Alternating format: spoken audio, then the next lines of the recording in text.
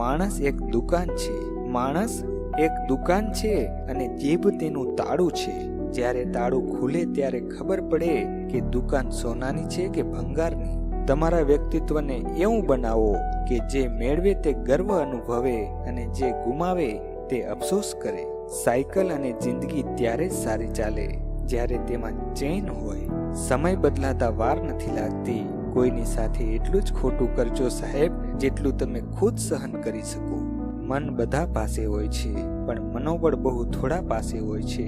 Blood group ઘણાનું positive હોય છે પણ વિચાર નેગેટિવ હોય છે. પ્રાર્થના એટલે પોસ્ટમેન વગર પ્રભુને પહોંચતો પત્ર. મોટી વ્યક્તિ સાથે સંબંધ ના રાખો તો ચાલશે, પરંતુ રોજ તમારી સાથે હસતી વ્યક્તિ સાથે હંમેશા સારો સંબંધ રાખજો. સારું કામ અને સારી ભાષા ફિક્સ ડિપોઝિટ સમાન છે. સમય જતા મૂડીની સાથે વ્યાજ પણ આપી જાય છે.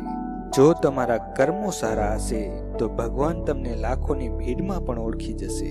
જ્યારે શ્વાસ અત્યારની પળમાં છે તો તમે કેમ વીતેલી પળમાં જીવો છો?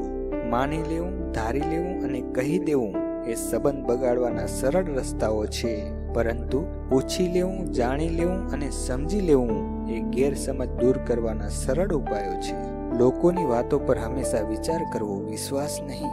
બે હાથના બળથી આપણે 2 થી વધારે વ્યક્તિને હરાવી નથી શકતા, પરંતુ 2 હાથ જોડીને આપણે કરોડો વ્યક્તિના દિલ જીતી શકીએ છીએ. 1 મિનિટથી જિંદગી નથી બદલાતી, પણ 1 મિનિટ વિચારીને લીધેલો ફેસલો આખી જિંદગી જરૂર બદલી નાખે છે.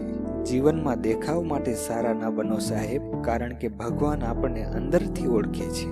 પૂજા કરવાનો કોઈ સિદ્ધાંત નથી હોતા. પરમાત્મા હર એ દિલનું સાંભળે છે જે પવિત્ર, નિર્દોષ અને ઈમાનદાર છે. જીવનમાં આપણો સૌથી મોટો ભ્રમ એ હોય છે કે આજ કરતા આવતીકાલે આપણી પાસે વધુ સમય હશે. કોઈ સગો ન શીખવાડી શકે એ પાઠ દગો શીખવાડી દે છે. શબ્દ નહીં પણ વર્તન કહી દે છે કોઈના જીવનમાં આપણું કેટલું મહત્વ છે. જિંદગીની શાળામાં સમય જ એક શિક્ષક છે જે ઘણું બધું શીખવી જાય છે.